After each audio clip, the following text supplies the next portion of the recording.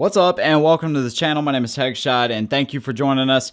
Today we're going to be looking at the Diamondback AM29. Big thanks to those guys for sending it out to us so we can test it. This has been a few months, more than a few months in the making.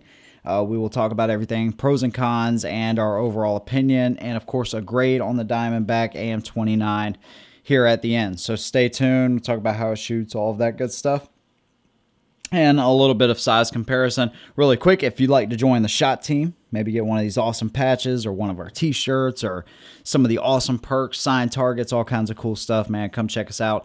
Join the SHOT team and our awesome community over there. It blows my mind, and I thank you all for your support no matter what level it is. All right, so let's go ahead and get started with the Diamondback. I want to get this box out of here really quick because it's throwing a weird white cast on the video. So out of the box, you're going to get a cardboard box. This is a budget-minded gun, so you're not going to get a lot of fancy stuff, but you get the box. You're going to get two magazines. One's a 12 round, one is a 17 round, some paperwork, literature. You're going to get a little carrying case there, a lock, all of that good stuff. Let's get this box out of the way. And one other thing I wanted to show y'all really quick, I'm sure the white cast is still there. I love the way their logo looks. All American Diamondback Firearms, really nice touch. And then their manual, it is color, all right, which is really nice. And they show you everything you need to know about the gun, okay? So let's talk about the main star of the show, Diamondback AM29. Attractive looking gun for sure. Let's go ahead and get started with specs here really quick, make sure we're clear. Barrel length, 3.5 inches. Unloaded weight is 22 ounces. Height with the 12 round mag is 4.6 inches. With the 17 round is 5.6 inches. Overall length is 6.4 inches, and the width is 1.0 inches with a slide width of 0.975 inches. So right under an inch as far as the slide width there. That's all well and good, but let me show you compared to a popular CCW right now, the SIG P365 10 round gun, 12 round gun. All right, you can see the Diamondback is a little bit longer. I think they're just about the same width. And I do have the pinky extension on the P365 right now, and you can see it's about an inch shorter than the Diamondback. All right, let's take out the new P365 XL, 12 rounds, 12 rounds. All right, 365 is a little bit longer. And they're about the same width again. And there you go, about the same height as well. All right, so you have a size about the same gun as the P365 XL, but also half the cost. All right, it is a little bit bigger looking to me. Definitely bigger than the P365. It's about the same size though as the 365 XL. This one might be a little bit, I mean, just a fraction thinner, and it's also going to be a little bit lighter, but not by much, maybe an ounce or two. All right, so there you go, just for size comparison. And then I wanted to take the 17 round, and this just to give you an idea where this gun fits, okay? 17 round Diamondback and a 15 round Glock. You can see is significantly longer in the grip. This, of course, is designed for a backup mag. It's a pretty big backup mag too. All right, so that's about where the Diamondback fits in the scheme of things. Let's talk about some of the features, because for MSRP on this gun is like $339. You get a lot of features. Front and rear slide serrations, all right, cut really nicely, and it's got a kind of a unique cut in the slide, so I really do like those. Picatinny rail up front, serrated, rounded off trigger guard, really. Undercut in the frame right there. You can see they undercut it just a bit more so you can get your hand high up on the gun. Rough textured finish that I really like on these guns now that a lot of companies are doing. Their logo in the back strap right here. Don't mind the dirt and stuff I got on it. And it's not really on the side strap as much as it is on the back and the front strap, which I really like. And the magazines are reversible, which is nice, and it's got this really wide triangular shaped magazine release. All right, slide stop or takedown notches, I should say, very similar to a Glock right there. And speaking of Glock, it does take all Glock Sights are compatible with this gun, which is a very smart option by Diamondback, because now you have a ton of options for sights. But right out of the box, all right, they are a decent set of sights. All the dots are the same size, or about the same size, but that front is just a little bit bigger, so it makes contrasting the sights pretty good. U-notch in the rear of that sight as opposed to being squared off. And then, of course, you have kind of a rounded off, weird looking beaver tail there. But it does its job, what it needs to do. Striker indicator in the rear. So when you pull the trigger, striker indicator goes away. And then a loaded viewport up top so you can see around, or your brass down in the chamber, extractor, all of that good stuff. All right, so a lot of features. Slide stop is very minimal. And with this gun, if you want to use it as a release, it is easy to do so. We'll talk about the trigger after the shooting part of the review. So yeah, for a budget-minded gun, you do get a lot of features. Stainless steel barrel, stainless steel slide, black nitride finish, and then of course a polymer lower, and a limited lifetime warranty. And from what I read, it's only for the original purchaser, so just keep that in mind. Slight finger grooves right here. And overall, a good-looking pistol. Let's break it down. Then we will take you all to the range with us. You're going to pull the trigger. Cheat back on the slide just a little bit. Pull those notches down on each side. And it's going to come apart just like most modern pistols do. Single captive recoil spring, and it is metal. All right, and you can see your barrel right there. All right, striker block. Right there, striker. This one is dirty. We have run some rounds through it. Internally, stainless steel components. All right, so gun offers a lot for the price. We're going to see how it runs. We did have an issue with it. We did have to send it back to Diamondback. So that's what we're going to talk about right now. Let's get to the range. Then afterwards, we'll talk about the issue. And then we'll show you the trigger, pros and cons, and our overall opinion of the Diamondback AM29. We will see y'all in a minute.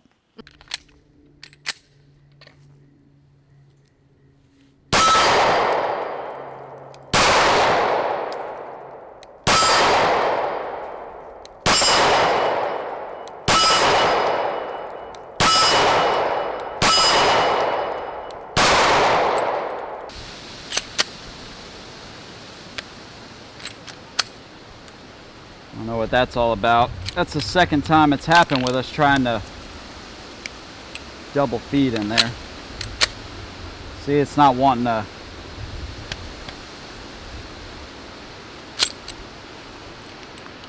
It's not wanting to feed right.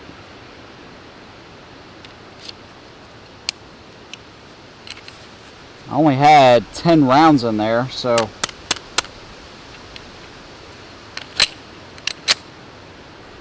See, it's not wanting to feed. I don't think we had an issue with that other mag, did we?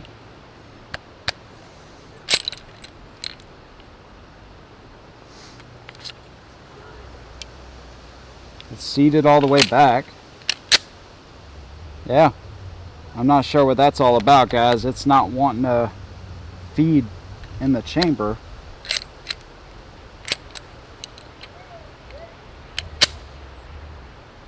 Yeah, it's not wanting to feed at all. Let's try the other mag and see. Yeah, let's try the other magazine and see what's going on here. Alright, I got some Blazer brass. Let's see if that will actually chamber. I don't really see, I mean, it's dirty, but I don't see anything that would be stopping it up like that, so. It fed, but it was a little bit slow doing it. Let's try this again.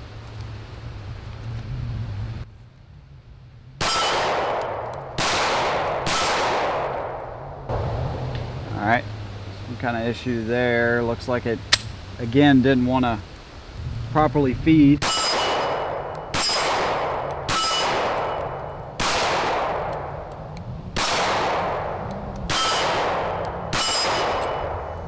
Alright, it may be dirty. I mean, we've shot this gun quite a bit up to this point.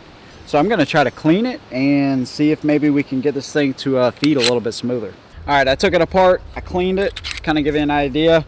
I cleaned the feed ramp that's attached to the frame, and obviously the feed ramp on the barrel there, so it's all nice and shiny now.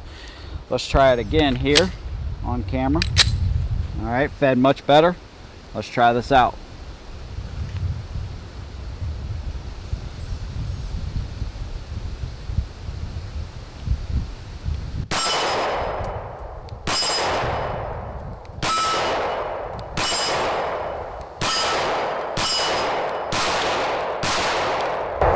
Missed a couple shots there, but we're going to keep running it. Mrs. Headshot is going to run it and see how it does, but it seems to be running really good. One thing, not make an excuse for the gun, but I will say Blazer Brass is very dirty, and most of the time that's what we're running. We were just running Remington, just cheap target, 115 grand ammo when we started seeing the issues, but Blazer Brass is pretty dirty, although I love this stuff because it's really cheap. But let's try it a little bit more, make sure we don't have any more issues.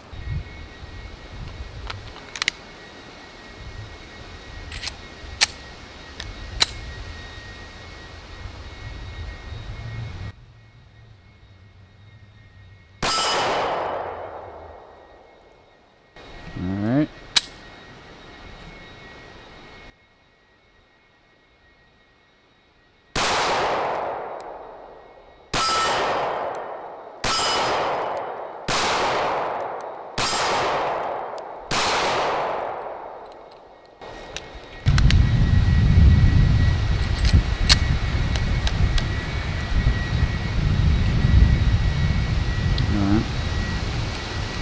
Get that round out of there and try another one. Alright, we're having issues with this gun wanting to feed. That one fed just fine, but it's pretty consistent, especially with this mag. And we tried different ammo now, and we keep getting that. So we're gonna send it back to Diamondback because we have a lot to do, and I don't have time to sit here and figure out and fiddle and all of that kind of stuff. So we're gonna send it back, and we'll see what happens. Are we ready? Alrighty.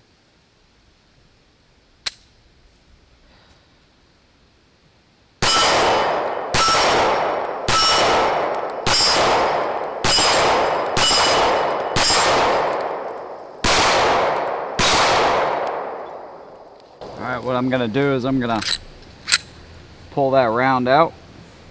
I'm gonna try to chamber it again. I hope this is not a indication of things to come again.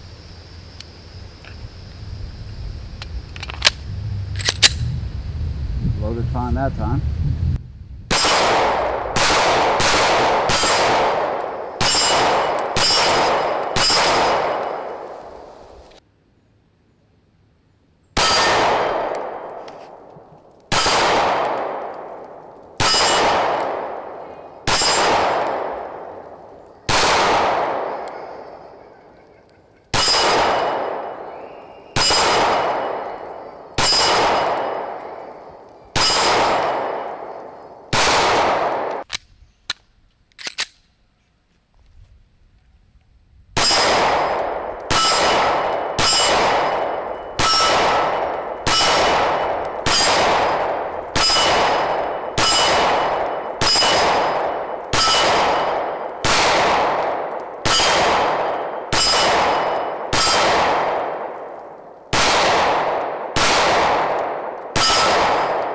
Alright, so hopefully y'all enjoyed that. As you can see, we did have some issues, and the gun ran fine after it was sent back. So the main issue I seen that we were having was with this magazine. Now what I originally thought, because it has a 15 round cap, or what looks like a 15 round cap here, is we were getting 17 rounds into the gun. I was thinking, man, we're just putting too many rounds into it, you know, whatever, but it is a 17 round gun, so that wasn't the issue. But what the issue was is you'd put the loaded magazine in there, pull it back, and it would not chamber around. All right, so it was a consistent issue. We sent it back to Diamondback, and they sent it back about 4 weeks later, something like that, and they replaced the barrel and the extractor. Okay, so I assume it had something to do with the feed ramp. You know, I don't remember too many I don't remember any extraction issues. It was mainly that chambering issue with this magazine. All right, this is the same magazine that we originally had, and we had that one hiccup when we first got it back, and since then it's been okay. So this is going to be kind of an ongoing process with the Diamondback AM29, because I want to make sure that over time it's going to be reliable. They stood by it. It took a little bit, but they did find the issue. They replaced it, and they got it back out to us. Okay, so obviously that's not something you want to see in a pistol, but there are manufacturers, sometimes they have issues. And one thing, if I learned anything from our Honor Guard review that we did years back, is that you give the manufacturer a chance to make it right. If they then don't make it right on the second time or a third time, well, then there's some issues. But it seems now that it's running okay. Again, it made me kind of nervous that we had the issue right after that, as soon as we got it back. But since that one mag or that one round, it's been doing okay. So I'll continuously update you as we shoot some more rounds and get some more rounds through this thing. Okay. So what about the trigger? Trigger is pretty good. All right, safety dingus right there. You can see you have a over travel notch on the back of the trigger. Get to the wall. A little bit of take up. Brake is right there. Brakes again. Let's try it on the trigger gauge scale here really quick. Clear it out. 7 pounds, 6 ounces. It definitely doesn't feel that heavy. All right, let's try this again here. 6 pounds, 15 ounces. Let's try one more time for good measure here. 7 pounds, 8 ounces. So anyway, so the high sixes, mid sevens, somewhere in that range. Definitely doesn't feel that heavy. It's got a decent trigger on it for sure. Good reset. Kind of low audibly. And one thing I did notice is the extraction was a little bit wild, so it definitely threw the brass kind of all over the place. That's definitely one thing that we noticed. Overall, though, I mean, the gun is a decent shooter. So when it was running right, it grouping wise and stuff, I didn't feel like it was like the best shooter. I didn't feel like it was a terrible shooter. I just felt like, you know, if I was doing my part, that I was going to do pretty well with it, you know, but it didn't, the gun didn't impress me. The gun does a good enough job. But one thing I have to remember to tell myself is it's a budget gun. Does that excuse the issues? No, but you know, it's more of a truck gun and things like that. Or if you can only have one gun and you have to be under a budget of $300, you know, something that can maybe do it all, that you can hook a light or a laser to. You just want to make sure that the gun is reliable. So that's where, you know, that's where we're going to try to step in and make sure that each time we go to the range, we run, you know, some rounds through this thing and make sure that it continues to be reliable. Okay. But pros and cons, let's go ahead and talk about that. Overall, I think you get a lot of gun for your money. All right, front and rear slide serrations, any choice of sights pretty much because it runs Glock Sights. Stainless steel slide and barrel. The construction seems to be, you know, pretty solid. The grip texturing on it is really nice. If you're going to carry this inside the waistband, I would keep that in mind that it is definitely more aggressive. All right, so you may want to undershirt in between your skin and the grip. Feels great in the hand. It really does, man. It's kind of like the Taurus G2C in a way. It kind of has that same feel and size to it. And it's also a budget gun as well. So, you know, it's just one of those things. But it feels good in the hand. Breakdown is easy. You can clean it easily. It obviously has a good warranty, lifetime or limited lifetime warranty. And it's American made. So it's hard to argue with that. If you're looking for a truck gun or if you're looking for a backup gun, or something like that, or if you're on a budget, this may be a good option for you. But the cons, obviously, the issues that we had, and every manufacturer has issues. I mean, look at SIG and the P365 when that first came out, you know. I mean, manufacturers have issues, and it's not my job to excuse those issues. It's my job to tell you how they responded to them, okay? It took a little while to get it back, you know. It's just one of those things. But overall, it seems like it's doing a better job. All right. And that's about what I can tell you. I'm not overly impressed with the way it's shot. I'll tell you one thing. this trigger, for whatever reason, I don't know if it's just my fingers or what, but after about a magazine, pulling this trigger each time, and I think what it is, because this blade, it doesn't have any sharp ends on it, but it has a really odd cut to the blade down there, and I don't know if that's it or not, but my finger presses up against that thing, and it just really is uncomfortable to shoot. After the first magazine, I can already tell my finger is getting worn out from this thing. So pretty uncomfortable in the trigger department. You can see even the mark it left on me right there. I think if they redesigned that, or just did something with it, I think it would make a big difference. And one other con I've seen, even though this is really a big magazine release and it gives you a lot of surface area to get to, it's just not responsive. You can see how the mags just kind of poop out there, and you gotta push that thing into the frame. It's not easily accessible like you think it would be. I think if they actually raised it a little bit, it'd be a little bit easier to get to right there. Okay, so there's some good things and there's some bad things with the gun, and I think overall, with the way it performed in our hands on those days, and the customer service that we got, I'd give it like a 7.5 for a budget kind of gun. I think it did all right. There's some options out there in this range that you may want to look at as well alongside this. There are some holster options as well, so if this is something that you want to carry, that's an option as well. But the Diamondback AM29, I was definitely more impressed as far as Diamondback firearms. I was definitely more impressed with the DB9 Gen 4. I'll just be honest with you. But for a mid-size gun, I think it did okay. All right, and that's pretty much what I have on the Diamondback AM29. If you have one of these, maybe yours is running great, leave us a comment down below. If you have one of these or you're looking at getting one of these, let us know what you think down in the comments below. Thank you guys for watching. We'll see you in the next one. And as always, hold them down.